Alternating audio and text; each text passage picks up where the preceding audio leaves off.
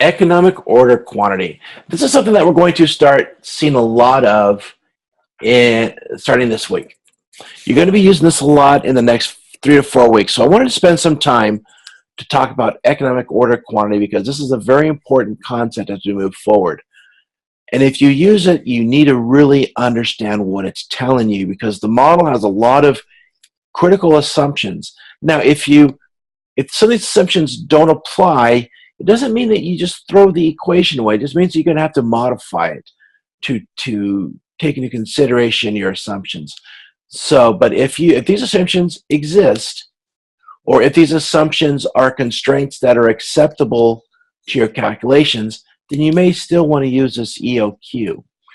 I personally, when I used to do supply chain work, I would still use EOQ just as a benchmark. So when I was looking at what was coming down the pipe, I'd say, well, my EOQ based upon a perfect forecast or a perfect quantity was this number. How does it compare to a perfect scenario?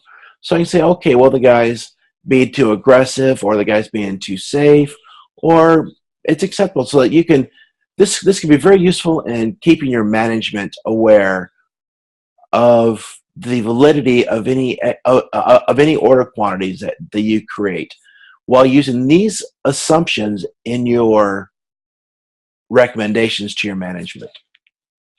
So it says here, it's used to determine optimal purchasing lot size. So basically what the EOQ does, it's the point on your annual costs and holding costs graphs, and you'll be seeing that in a minute, where the total costs and holding costs are equal. That is the point where it's the optimum order quantity. Now, as I said, there's several assumptions that you need to be aware of when you use this. There were 7 that I found. I keep finding new ones all the time. So, but this is a pretty conclusive list, I feel. So your product demand is constant and is known. So we don't deal with variability in this model. The more variability that exists, the more error there is in your EOQ. As I stated in my variation announcement, you'll always have variation of some sort. Just realize that the higher the variation, the harder it's going to be to do your forecasting. Your lead time is known and constant. When you place your EOQ as a retailer, okay, this is used as a retailer. Your lead time is known and constant, so the lead time will never change. Now, in a real world, lead time jumps back and forth. Once again, you want low variability in your lead time. So there's one price per product regardless of how many you order. If there's multiple price points, you're going to have to change the way you do your equation. Takes a little bit of algebra. I've seen over the years people make spreadsheets that do this. Just realize that the EOQ takes into consider one price per product regardless of the quantity ordered, because we're dealing with ordering costs and holding costs. So if your ordering costs changes, your graph is going to shift right upon the ordering costs. So all units received is a lump sum. So basically, it says that you receive all units at once. If you're the recipient of a demand spending strategy, and you receive them separately, then obviously the holding costs will change. So that's something that's important. So obviously, if you get different pricing based upon how many units you receive, both those graphs will shift. Yeah, both those lines on the graph will shift. So the same quantity ordered at each reorder point. So sometimes you may calculate EOQ for 4 reorder points. So let's say you have four times you order products in a year. EOQ is typically used for yearly, but you can use it for any time period. So if you have 4 reorder points in the year, you just create 4 of these EOQs. You can't just create one to cover all 4. That's important. And the ordering and carrying costs are certain. You know what the ordering and carrying costs are, because that's going to be part of your holding costs. So obviously, if this changes, your holding costs graph will shift. And there's no stock out cost. Stock out cost, I don't know if we've covered this yet, but stock out costs is the cost of not the cost of having excessive stock. There's also I've also seen stock out costs where it's the cost of not having sufficient stock. So sometimes, let's say if you order too much stock that you can't sell, there's a salvage cost that's involved. So a salvage cost is the cost to you to salvage the sunk cost of a good. So let's say at the end of a season you have 1,000 items, and you can only get rid of you pay $2 per item, and you can only get $1 through Overstock.com or closeouts. Your salvage cost would be $1,000 in that scenario. So stock out cost could be if you don't have enough product. It's the loss of revenue from not having this product. But we mainly deal with, in this scenario, if you have too much stock. If you have, because what happens is you have both the cost of the excess of stock that you purchased, but you also have the salvage cost that's factored back in. So realize that your EOQ doesn't really talk to the demand of a product as far as variable demand. Okay, we are going to understand that when you make your EOQ, that your EOQ fits within your demand. Okay, so now here is the graph. As you can see, your total costs are down here, okay? And this is basically a sum of these two graphs. Your ordering costs start off high and go low. This is because your ordering costs are averaged out over more goods the more you order, okay? The larger the reorder quantity. Okay, then the holding costs obviously start at 0 for no goods, and it goes all the way up to wherever this fits. It's because your holding costs, the more things you have, the more it costs to hold them. In this graph, you can see that the holding cost is linear. In some scenarios, it may be different. Some warehouses might give you a discount for larger and larger things, for larger and larger stocks and inventory. Excuse me. So just keep that in mind. So once again, the total costs are, oops, sorry about that.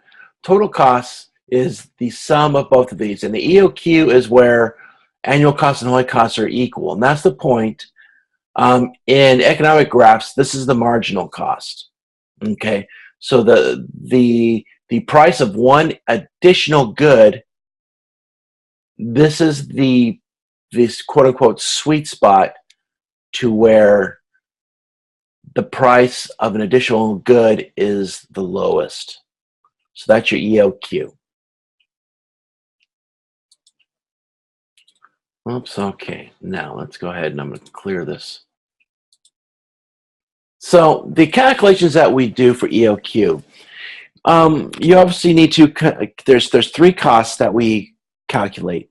The annual material costs, which equals demand times material costs. So obviously if each item costs $1 to make and you have 1,000 in your demand, your annual material cost in that scenario would be $1,000.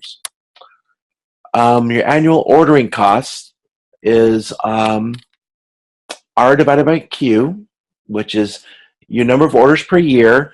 The number of orders per year is basically very simple. The annual demand for your product divided by the order quantity. So if your demand is 10,000 and each of your quantities ordered is 1,000, you order it 10 times. Okay, times your ordering costs. So these are the costs associated with each order. This doesn't include the material cost. It's costs associated with ordering the product. So if it costs you $100 to order the products, then in this scenario, you have 10 times you order stuff times your $10 that you pay for ordering the stuff, so it's $100. I think we have said $100 for ordering costs, in which case it'd be $1,000. You probably get the idea. In annual holding costs is the average inventory level times your holding costs. So this is kind of a trick. When we assume this, we assume that it's a lump sum. So we start off with 0, and your lump sum is 10,000. So you take the average of those two numbers, and that gives you your annual holding costs. Well, your average inventory level. Okay. So if you order 10,000 and you start off with 0, 10,000 divided by 2 is 5,000. Your holding costs is multiplied by that. So you have your annual holding costs, annual ordering costs, annual material costs. This is how you calculate the costs associated with your EOQ. Now, when you do your EOQ calculation is this equation right here. So D is your demand. This is what you determine is your demand for your product. The ordering cost per purchase order is S, and then H is your carrying cost. So straightforward. The textbook provides a pretty good summation. The lecture notes actually do a pretty good job of walking through this. So feel free to use this as a means to understand this. If you have any questions or if I need to go into more detail, put a post out there. I think I have an EOQ announcement that's going to come up during the week to help you understand EOQ. It's a pretty good concept. In my experience, I found that it is not 100% accurate. So you have to put in some of your own assumptions in it and change the model accordingly. But just keep this in mind. The EOQ model is still a useful tool for determining the optimal order quantity. So now the last thing I'm going to cover is VMI. VMI stands for Vendor Managed Inventory. And this is something that has become very popular with the advent of computer systems and ERP, enterprise resource planning systems. You also have MRPs, which is material resource planning. Sometimes I hear it called manufacturing resource planning. They're both valid. In this case, what we do is the vendor controls the entire chain by telling everybody in this chain what they need to do. So in this case, you've got 4 entities. I've got distribution, warehouse, distributor. Obviously, I got distribution twice. You can put the first block is supposed to be manufacturer. So you have the manufacturer, the warehouse, the distributor, and the retailer. And the vendor, which is the person at the end, the retailer, says basically determines how much product will be in the pipeline at one time. We're going to talk about make-to-stock and make-to-order contracts. So this is a very important concept within this regard, because the type of contracts that you create with these entities is going to determine the ability of the vendor to encourage these groups to place materials in the system. As you can see, this requires a lot of trust on everyone's part. As you can see from the bottom, VMI reduces consumption reporting time. So one of the problems in a normal supply chain is that the feedback gets delayed the more people are in the middle of the feedback chain. If you have to get information from the retailer to manufacturing, in a traditional system, it has to go from the retailer to the distributor to the warehouse to the manufacturer. And each of these has bias because each person can change it to fit their own needs. They may do a little bit of panic buying, quote unquote. We're going to talk about this a little bit more in the bullwhip effect as we go in think like week 8. So just keep that in mind. What this does is this provides an immediate an immediate reporting of consumption of the product. Because as soon as the vendor gets the consumption data, it's shared with all entities so that all entities will understand. Now, in this scenario, it also, when it's shared, it also comes with a demand from the vendor to meet certain demands. So just keep that in mind. So there are several advantages of VMI, and they're all listed here. So it reduces the number of purchasing, inspection, and storage functions. As I said, the feedback loop is delayed for every leg in the system that gets this information. Well, each of these little entities has purchasing, inspection, and storage functions.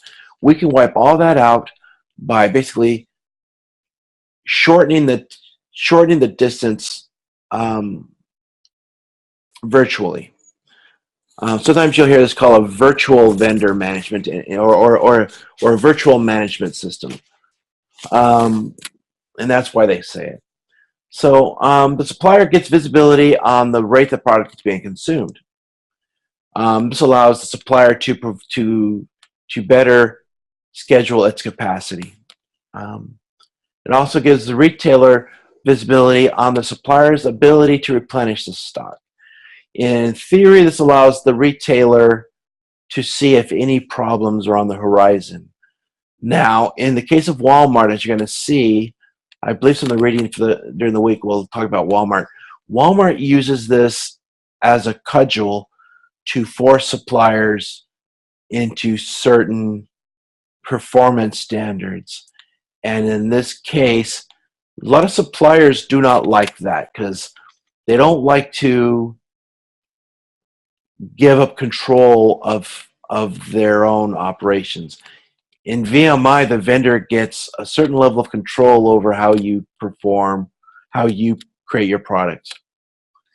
So it allows suppliers to prioritize shipments better, which reduces bulk buying tendencies. Demand smoothing strategies work much better for this because you know the entire chain. If everyone works together in a VMI where everyone is an equal partner, this is very good. As you're going to see, it doesn't always work out that way. But nonetheless, if an optimal VMI does that. So, as I mentioned earlier, it virtually shortens the supply chain. And you get frequent communication of all the information that goes through all of the entities. So inventory levels, stock shortages, planned promotions, which allows everyone to increase control over discount levels and their effects. This is important because, once again, if you have delays in your feedback for your forecasting, you introduce variation in your forecasting.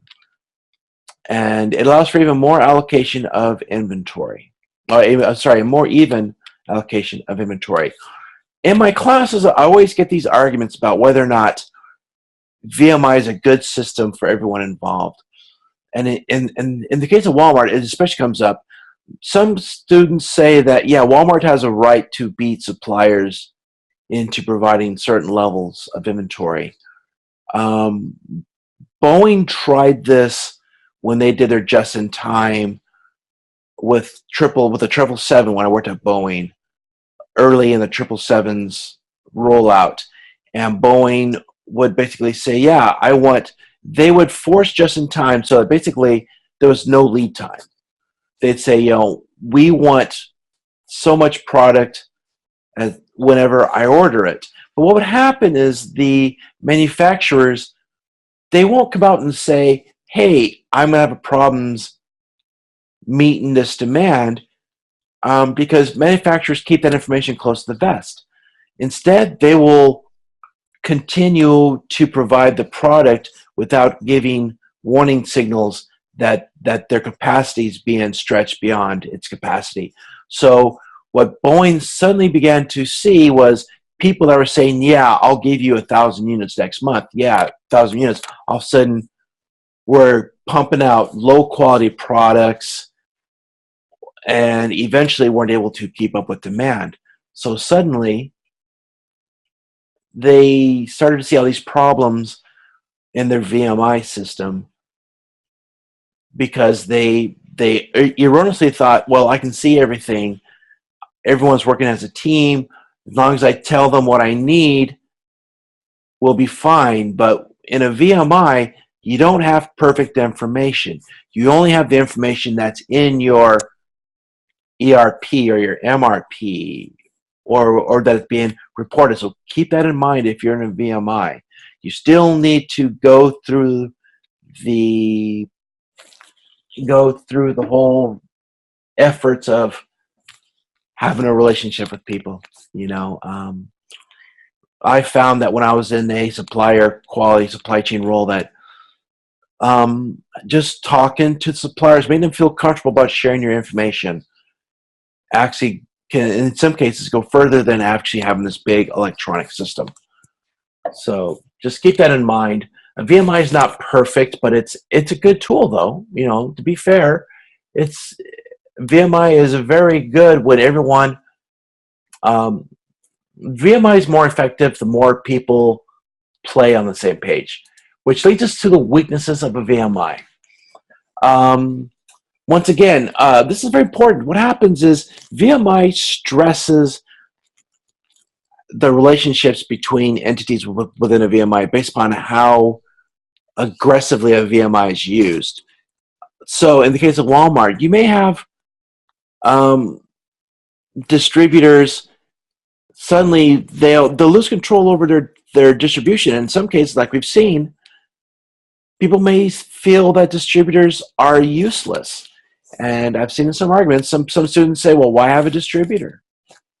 A distributor's role is lessened in a VMI.